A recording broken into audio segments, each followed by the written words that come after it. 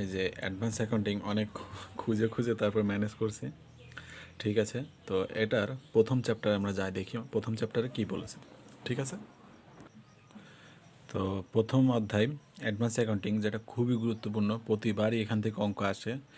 এমনও হয় 14 মার্কের অঙ্ক আসতে পারে, মানে 10 মার্ক বা 4 মার্ক একটা মানে আসার সম্ভাবনা সবসময় মানে থেকেই থাকে এই অধ্যায়টা। ঠিক আছে, আর এই অধ্যায়টা খুবই সহজ, যদি একবার দেখা যায় তো অবশ্যই সেটা মানে বোঝা যাবে যে কতটুকু সহজ। এই অধ্যায়টা মাত্র 3টা জিনিস নিয়ে আলোচনা করা হয়েছে। এই অধ্যায়টা টোটাল অধ্যায়টার নাম হলো accounting for stock holders equity. তার মানে শেয়ার হোল্ডারদের ইকুইটি হিসাব রক্ষণ, মানে আমাদের যে শেয়ার হোল্ডার থাকবে, বড় বড় কোম্পানিতে যে শেয়ারগুলো বিক্রি করা হয় সেটার আমাদের হিসাব রাখতে হবে।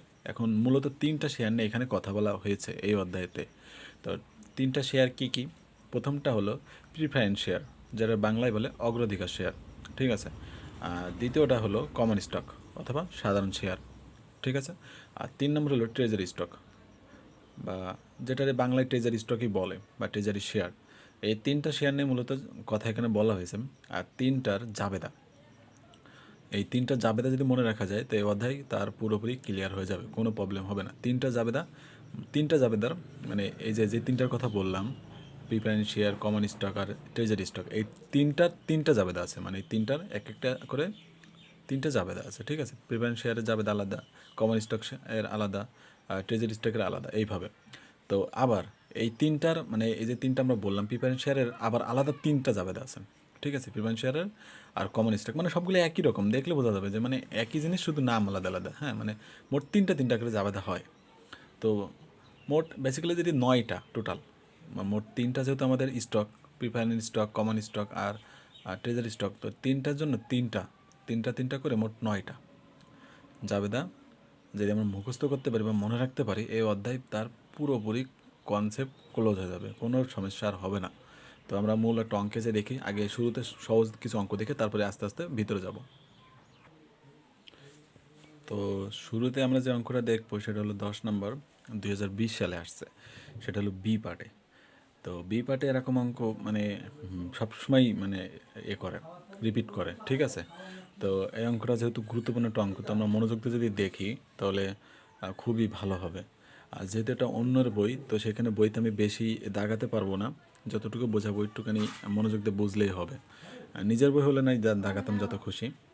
তো আমি বেশি হাইলাইট করতেছি না, অল্প পরিমাণে হাইলাইট করব। ঠিক আছে, তো আমাদের ফার্স্টে যেই ম্যাথটা আছে সেটা আমরা আগে পড়ে দেখি কি বলছে। বলেছে Akku limited company purchase from its stock holders. এখন এই পারচেস ফ্রম স্টক হোল্ডার মানে এটা হলো ট্রেজারি স্টক। ট্রেজারি স্টক কাকে বলে আমি একটু বোঝানোর ট্রাই করতেছি। ট্রেজারি স্টক হলো সেই স্টক যেটা আমি ধরো বিক্রি করছি, আমার কোম্পানি আছে, আমি অন্যদের কাছে একটা স্টক বিক্রি করছি।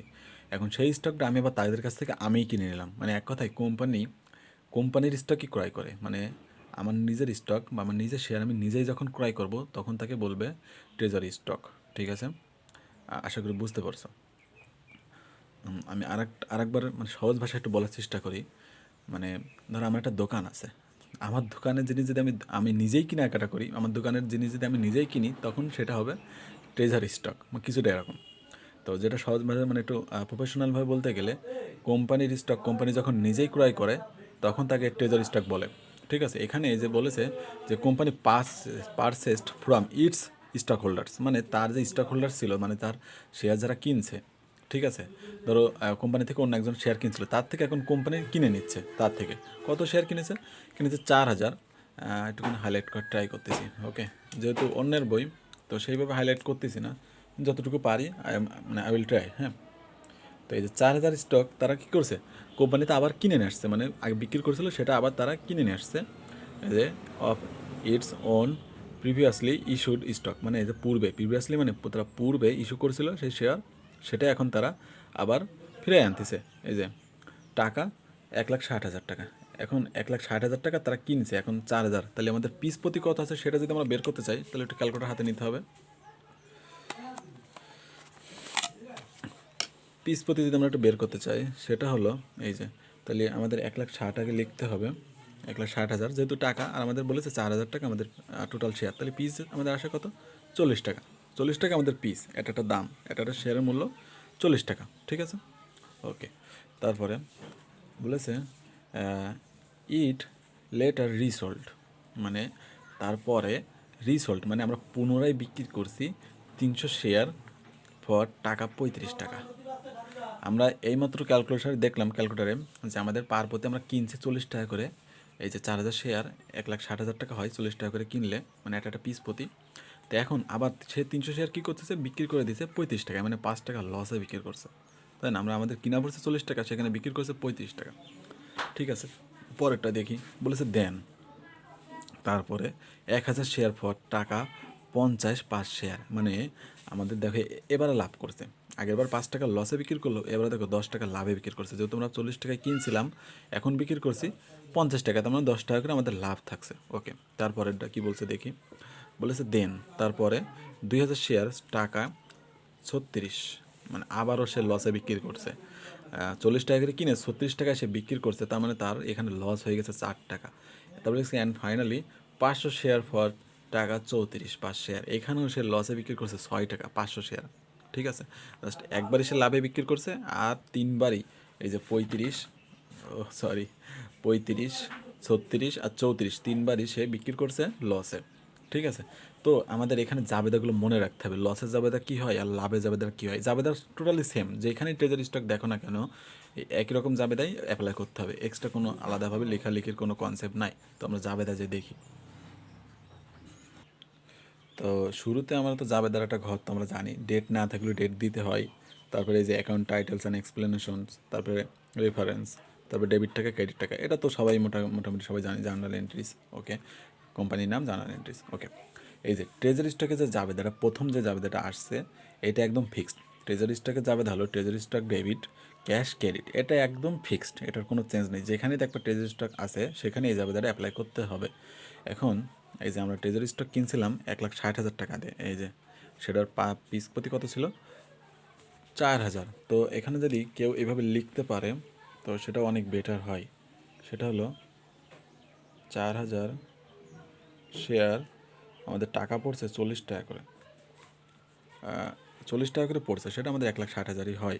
ঠিক আছে, তো আমাদের পিস প্রতি আমাদের কিনা হলো 40 টাকা, এটা মনে রাখতে হবে। এটা আমাদের বুক ভ্যালু আর কি, যেটার বলে মূল্য। ঠিক আছে, বা ফেস ভ্যালু।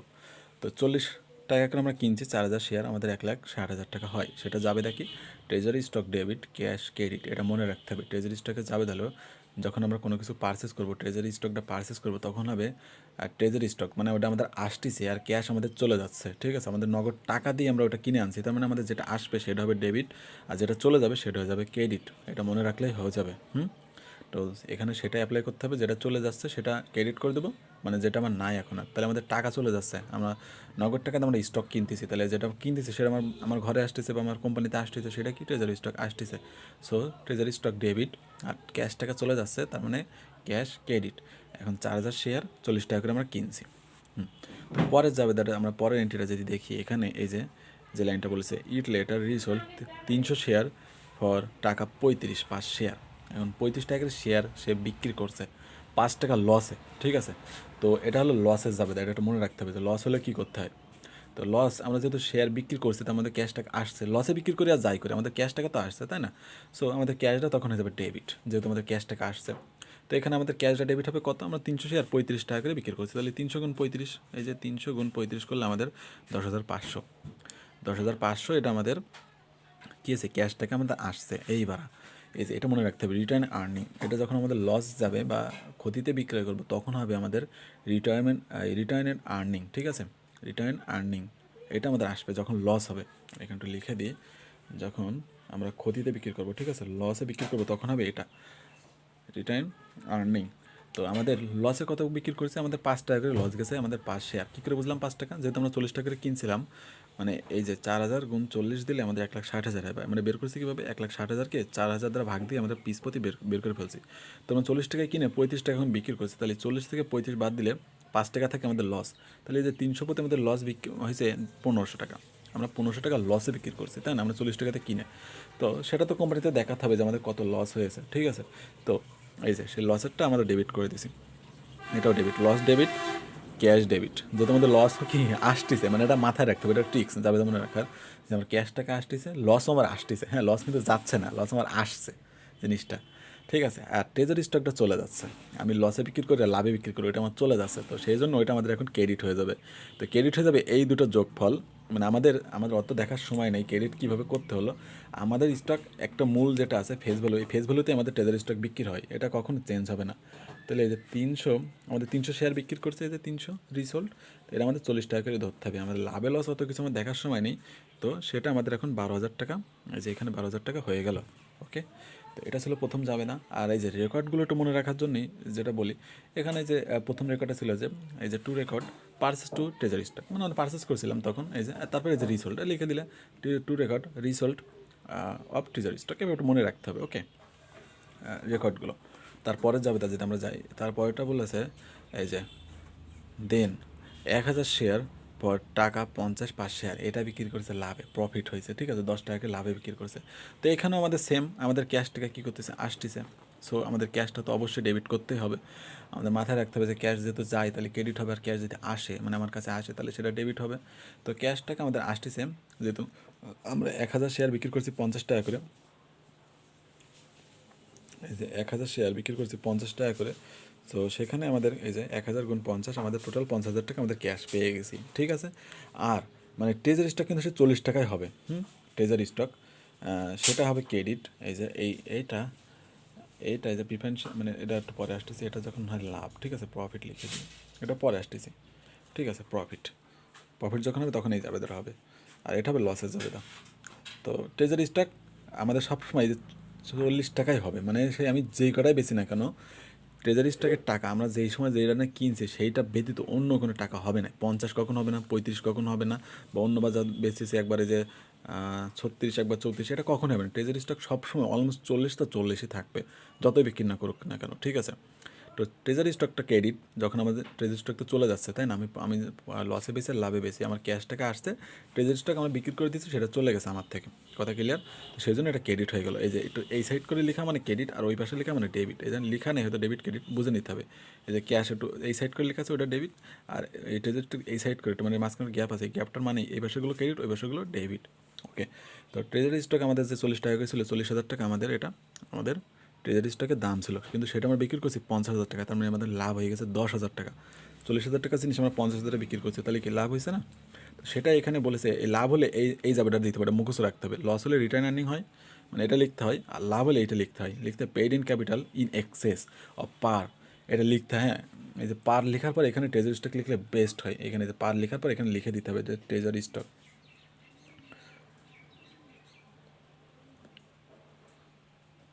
ট্রেজারি স্টক, এই যে পার ট্রেজারি স্টক লিখে তারপরে ব্র্যাকেট দিলে হয়, না দিলেও ওটা কোনো প্রবলেম নাই।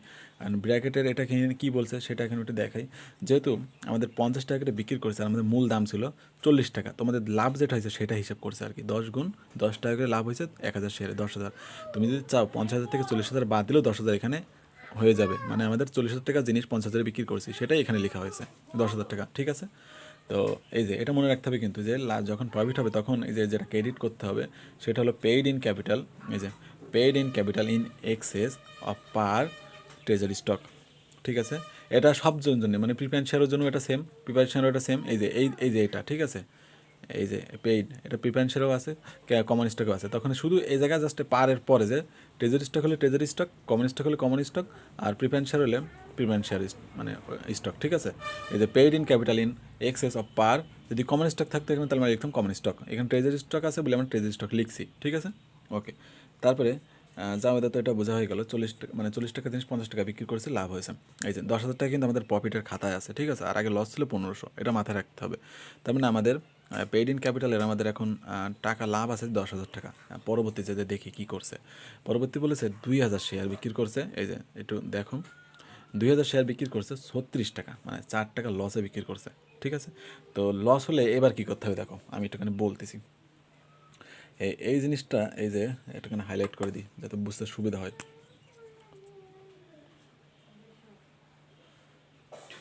এই যে paid in capital in excess of par, ঠিক আছে। এই জিনিসটা সবসময় আর কি মানে দেখতে হবে যে এই জিনিসটা সবসময় লিখতে হয়, ঠিক আছে? কারণ কি মানে এটা মানেই হলো মানে যে যখন লস হবে তখন এটাও লিখতে হবে, যখন প্রফিট হবে তখন এটাই লিখতে হবে। শুধু আমরা রিটার্ন আর্নিংটা লিখছি এই জায়গায় কী জন্য? কারণ এটা আমরা শুরুতেই লসে বিক্রি করে ফেলছি, ঠিক আছে? সেই জন্য আমাদের রিটার্ন আর্নিংয়ের খাতায় চলে গেছে যে এটা আমাদের মূল খাতা থেকে এটা দিতে হবে, লাভ থেকে এটা দিতে হবে, ঠিক আছে? যেহেতু লাভ আমরা লসে বিক্রি করছি তাহলে লাভ থেকে এটা কেটে দিতে হবে। এই রিটার্ন আর্নিং মানে আমাদের লাভ, তো লাভ থেকে এটা মাইনাস করতে হবে। তো আমাদের শেয়ারে সবসময় যেটা থাকে আমাদের রিজার্ভ থাকে হলে এইখানে যে paid in capital and excess par, এখানে যদি 10,000 টাকা রিজার্ভ হয়ে গেছে তাহলে আমাদের পরে যদি লস হয় 10,000 টাকা থেকে আমাদের দিয়ে দিতে হবে টাকাটা। ওকে, আমরা দেখলে বুঝতে পারবো। তো এখানে ক্যাশ যেহেতু আমরা বিক্রি করছি 2,000 শেয়ার আর 36 টাকা, আমরা লসে বিক্রি করে যাই করি, ক্যাশ তো সবসময় ডেবিটই হবে, তাই না? তাহলে ক্যাশ এই যে 2,000 গুণ 36, আমরা 36 টাকায় বিক্রি করছি, তাহলে যেই টাকাটা হয়েছে 72,000। ওকে, এইবার যেহেতু আমাদের লস হয়েছে আবারও লসে বিক্রি করছি, তাহলে যেহেতু আমাদের এটা শুরুতে ছিল বলে রিটার্ন আর্নিং দিয়েছি, যেখানে আমাদের এই যে এই এতক্ষণ এটা তো খোলা হইলো না, এখন এই যে দ্বিতীয় নাম্বার যাবে না তৃতীয় নাম্বার যাবে দেয় যে এটা প্রথম, এটা দ্বিতীয়, এটা তৃতীয় নাম্বার যাবে দেয় যে আমাদের প্রিফারেন্স মানে যে এই ট্রেজারি স্টকে যে paid in capital in access per treasury stock এটা আমরা খুলছি, সেটা 10,000 টাকার আমাদের অ্যাকাউন্টে খুলছে। অ্যাকাউন্ট যখন খুলে গেছে তখন এটা ক্রেডিট করে দিতে হবে, যেহেতু আগে লাভ হয়েছে এখন হচ্ছে লস, ঠিক আছে? তাহলে মাইনাস করে দিতে হবে, তাই না? বোঝা গেছে? মানে আগে আমার লাভ হয়েছে 10,000 টাকা, আগে বুঝো আমার আগে লাভ হয়েছে 10,000 টাকা, এখন আমার লস হয়ে গেছে 8,000 টাকা, তাহলে তো আমাদের এই আগে যে লাভ ওখান থেকে তো পুষায় দিতে হবে, তাই না? তো এটাই মেন কথা আর কি। তো ক্যাশ আমাদের যেটা ছিল সেটা লিখে দিলাম 72,000।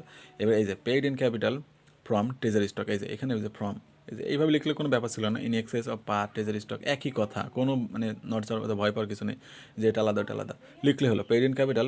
এই যে আমরা যেটাও লিখি ইন এক্সেস অফ পার বা এই যে ফ্রম ট্রেজারি স্টক, ঠিক আছে? আমি লিখলেই হলো। তো ফ্রমটা লিখছে কারণ কি এখানে লস হয়েছে এই কারণে, তো এটা একটু গাইডলাইন মনে রাখলে কোনো ভালো হয়, আর ওই যে লিখলে যে কোনো প্রবলেম হবে এমন কোনো কিছু না।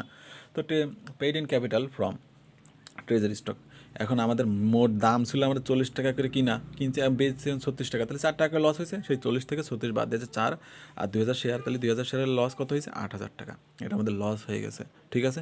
এই লসটা কিন্তু আমাদের 10,000 থেকে পুষাতে হবে, সেটা পরে দেখাচ্ছি, একটুখানি পরে বুঝতে পারবা। তো 8,000 টাকা আমাদের লস হয়ে গেছে, লস হয়ে গেলে ডেবিট, লস হলে ডেবিট, আর প্রফিট হলে ক্রেডিট, এখানে লিখে দিই প্রফিট এখানে সিআর মানে ক্রেডিট, আর লস হলে ডিআর মানে ডেবিট, মনে রাখতে হবে। তো যেহেতু লস হয়েছে তাই সেটা ক্যাশের সাথে ওটা ডেবিট হয়ে গেছে 8,000 টাকা। আর ট্রেজারি স্টক তো সবসময় বলেছে যে 40 টাকা করেই হবে, আমাদের অত দেখার সময় নেই, তাহলে 2,000 শেয়ার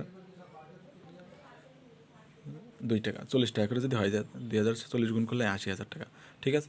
তো 80,000 আমাদের ক্যাশ পাচ্ছে 72,000, তাহলে লস কি 8,000 হয়ে গেছে, সেখান থেকে মাইনাস করেও লেখা যায়, ঠিক আছে? যে 80,000 মাইনাস 72,000 যেটা থাকে 8,000 সেটা আমাদের লস, তাহলে paid in capital from treasury stock, এটা আমাদের লস ছিল। ওকে, পরে যাবে তারা বলেছে, পরেরটা আমাদের সেম যাবে ধাবে, এখন যেটা লিখলাম ওইটারই সেম হবে, একটুখানি ইয়ে রয়েছে ডিফারেন্স, সেটা দেখাচ্ছি। বলছে 500 শেয়ার ফ্রম টাকা 34,500 শেয়ার, কারেন্ট চলে গেছে, ঠিক আছে? কত বাধা বিপত্তি। ওকে, আমাদের মূল অঙ্কে আমাদের যেটা আছে সেটা আমরা চলে যাই, কারেন্টের কোনো প্রবলেম হয়তো হবে না। তো আশা করি দেখা যাচ্ছে যতটুকু আর কি মোবাইলের আলোয়, তো একটুখানি ভালোভাবে দেখলে হয়তো বোঝা যাবে। ওকে, তো আমাদের লাস্ট একটা এন্ট্রি তো আছে, তো এটা দেখানো যাবে। তো বলেছে 50,000 শেয়ার অফ টাকা 34,500 শেয়ার, ওই সরি 50 সরি 500 শেয়ার ফর টাকা 34,500 শেয়ার, মানে 500 শেয়ার বিক্রি করেছে 34 টাকা করে। এখানে একটুখানি ঠান্ডা মাথায় মানে ভাবো যে আমাদের কয় টাকা লস হয়েছে? 6 টাকা, কারণ আমাদের মূল শেয়ারের দাম ছিল 40 টাকা, সেখানে 6 টাকা লস হয়েছে। ওকে, তাহলে আমার যাবে দাঁড়াতে সেম ক্যাশ তো প্রথমে আসবে, যেহেতু ক্যাশ টাকা আসতেছে, তো সেম ক্যাশ টাকা চলে এসেছে 500 গুণ 34, ঠিক আছে? 500 গুণ 34 এই যে করলে হয় 17, আর এই যে ট্রেজারি স্টক ক্রেডিট যদি এখানে প্রথমে লিখতে চাই তাও কোনো সমস্যা ছিল না, ট্রেজারি স্টক ক্রেডিট এটা কিন্তু এই যে 500 শেয়ারের দামই হবে কিন্তু 40 টাকা করে, এই যে 500 গুণ 40 করলে 20,000ই হবে, এই যে এখানে দেখা যাচ্ছে না 20,000, ঠিক আছে? ট্রেজারি স্টকের দাম যা ছিল আমাদের ফেস ভ্যালু সেটাই হবে 40, অলওয়েজ এটা ফিক্সড। ওকে, তো এই যে ক্যাশ টাকা আমাদের যেটা পাইছে 17,000, এবার আমাদের তো লস হয়েছে কয় টাকা? 6 টাকা, তাই না? 34 টাকা করে বিক্রি করছে, তাহলে লস হয়েছে 6 টাকা। এখন একটুখানি আগে আমি বলছিলাম যে আমাদের যদি পেইড ইন ক্যাপিটালের যদি আমরা ঘর কাটি, আমাদের যদি লাভ হয় 10,000, সেখান থেকে আমাদের লসগুলো পুষাই দিতে হবে, তাহলে 8,000 টাকা আগে পুষাই দিছি, ঠিক আছে? আর এখন আমাদের টোটাল লস কত হয়েছে সেটা একটুখানি হিসাব করে দেখি। টোটাল লস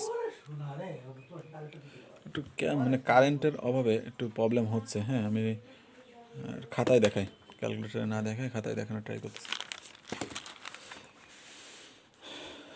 যেহেতু আমাদের দাম ছিল 40 টাকা, সেখান থেকে আমাদের বিক্রি করেছে 34 টাকা, সরি 34 টাকা বিক্রি করেছে, তাহলে আমাদের লস হয়েছে 5 শেয়ার 6 টাকা করে। এখন 6 টাকা করে 500 শেয়ার বিক্রি করেছে, 6 টাকা করে 500 শেয়ার বিক্রি করেছে, ঠিক আছে। তাহলে এই 500 শেয়ারের দাম আসে 3000 টাকা। এই যে 500 এর গুণ করলে হয় 3000। তাহলে আমাদের এই যে এই টাকাটা আমাদের এখন লসে আছে, ঠিক আছে, 3000 টাকা আমাদের লসে আছে। এখন লসের তো আমাদের হিসেব দেখাতে হবে, হ্যাঁ। 3000 টাকা আমাদের লস আছে, এটা মনে রাখো। 3000 টাকা আমাদের এইবার 500 শেয়ার বিক্রি করে আমাদের লস হয়েছে, ঠিক আছে। এই যে 500 শেয়ার এটা বিক্রি করে আমাদের 3000 টাকা লস হয়েছে। এখন আমাদের আগে লাভ করেছিলাম 10,000 টাকা, ঠিক আছে। যে আমাদের এখানে একটুখানি দেখাই দিচ্ছি।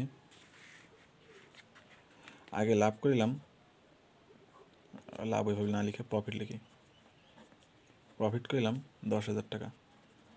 মাঝে একবার 50 টাকা বিক্রি করি, তখন লাভ করলাম 10,000 টাকা। শুরুতে যে লসটা করলাম সেটা তো রিটার্ন আর্নিংয়ের ঘরেই চলে গেছে 1500, ওটা তো আমাদের লাভ থেকে অলরেডি বাদ চলে গেছে, ঠিক আছে।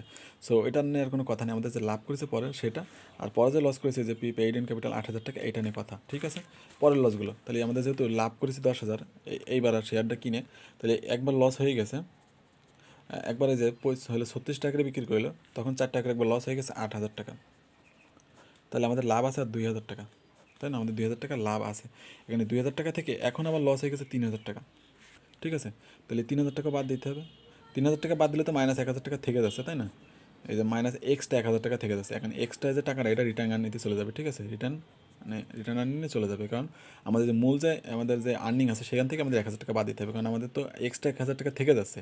আমাদের এখন লাভ আছে 2,000, কিন্তু আমাদের এখন লস হয়ে যাচ্ছে 3,000, তাহলে আমাদের এক্সট্রাতে 1,000 টাকা লাগবে, সেটা রিটার্ন আর্নিংয়ে চলে যাবে। তো আশা করি বুঝতে পারছো। আমাদের মূল অঙ্ক যদি দেখি, এই যে ক্যাশ তো ডেবিট হয়ে গেছে, যে paid in capital from treasury stock, মানে আমাদের যে টাকাটা মোট যে টাকাটা ছিল সেখান থেকে 2,000 টাকা আমাদের পেইড ইন ক্যাপিটাল থেকে বাদ যাবে, কারণ 2,000 টাকা পেইড ইন ক্যাপিটালের ব্যালেন্স ছিল। এই যে 8,000 টাকা বাদ দেওয়ার পরে 2,000 টাকা ওইটার ব্যালেন্স ছিল, ঠিক আছে। তো এই ব্যালেন্স থেকে যেহেতু আমাদের 3,000 আমাদের এখন লস হয়েছে, তাহলে 2,000 টাকা, 2,000 থেকে তো 3,000 বাদ দিতে হবে না, 2,000 বাদ দিতে হবে। তাহলে এটা চলে যাবে পেইড ইন ক্যাপিটাল, আর এক্সট্রা যে 1,000 টাকা থাকবে সেটা যাবে এই যে রিটার্ন আর্নিং, ঠিক আছে। এটা যাবে পেইড ইন ক্যাপিটাল, এই যে পিসি মানে পেইড ইন ক্যাপিটাল, ওকে। আর আরই মানে রিটার্ন আর্নিং, মানে 1,000 যাবে রিটার্ন আর্নিং, আর 2,000 তো ওখান থেকে চলে গেল। ওই যে পেইড ইন ক্যাপিটাল আর প্রফিট ছিল 2,000, তো সেই 2,000 ওখান থেকে বাদ দিলাম, আর এক্সট্রা যে 1,000 ছিল সেটা আমাদের রিটার্ন আর্নিংতে বাদ যাবে। এই যে paid in capital from treasury stock, সেটা 2,000 টাকা আমাদের, যে এই যে 10,000 থেকে 8,000 বাদ দিয়ে যে 2,000 ছিল সেটা। আর তো আমাদের পেইড ইন ক্যাপিটালের নেই, ব্যালেন্স নাই, ব্যালেন্স জিরো হয়ে গেছে। তাহলে 1,000 টাকা কী করতে হবে আমাদের, তো 1,000 টাকা এখনও লস রয়েছে, সেই টাকা রিটার্ন আর্নিংয়ে দিয়ে দিতে হবে। আমাদের যে মূল টাকা আছে সেখান থেকে আমাদের 1,000 টাকা মানে মাইনাস করে দিতে হবে। এই মাইনাসটা সেম ওইভাবে, এই যে 500 গুণ, এই যে এই জায়গা থেকে 40 থেকে 34 বাদ দিলে হয় হলো 6, এই যে 500 থেকে 6 গুণ করলে 3,000, 3,000 থেকে এই যে আগে যে 2,000 সেটা বাদ দিয়ে, মানে এই যে 10,000 দেখো এখানে 10,000, এই যে লিখেছে এখানে 10,000, আর এই যে 8,000 হলো, এই যে 8,000 আগে যে 8,000 এটা বাদ দিয়ে 2,000 টাকা ছিল আমাদের ফান্ডে, আর টাকা নেই। মানে এক্সট্রা যে 2,000 আমাদের 1,000 টাকা যেটা রয়েছে সেটা আমাদের 1,000 টাকা রিটার্ন আর্নিংয়ে দিয়ে দিয়েছি। আমাদের মূল টাকাটা, আমাদের মূল যে প্রফিট ছিল সেখান থেকে বাদ দিয়ে দিয়েছি, আর ট্রেজারি স্টক ক্রেডিট হয়ে গেছে 20,000। তো এটা ছিল হলো ট্রেজারি স্টকের জাবেদা।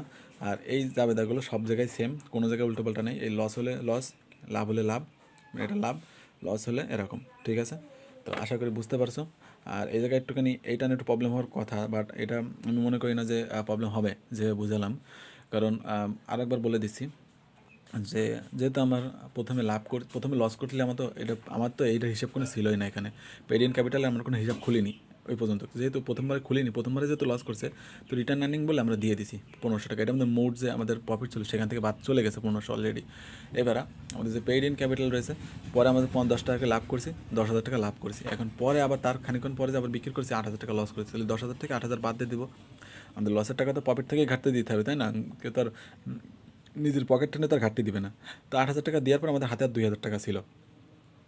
এখন 2,000 টাকা তারপরে তো আবার যা বিক্রি করে দেখি আমাদের 3,000 টাকা লস হয়ে গেছে। তাহলে ওই 2,000 টাকা তো দিছি, তারপরে আবার আমাদের যে কোম্পানির যে লাভ রয়েছে রিটার্ন আর্নিং, সেখান থেকে আবার 1,000 টাকা দিতে হয়েছে, মোট 3,000 টাকা আমাদের লস ছিল, ঠিক আছে। এটাই ছিল আমার জাবেদা। এই জন্য এখানে দুইটা জাবেদা চলে গেছে, একটা পেইড ইন ক্যাপিটাল ফ্রম আমাদের যে পেইড এখানে যেটা ছিল সেখান থেকে একটা 2,000 চলে গেছে, আর যে রিটার্ন আর্নিং যেটা ছিল সেখান থেকে আমাদের 1,000 কমে গেছে, মোট 3,000 লস ছিল, কমে 20,000 হয়ে গেল, ঠিক আছে। আশা করি বুঝতে পারছো। একা একা ট্রাই করলে আরও সুন্দরভাবে বুঝতে পারবা। ধন্যবাদ।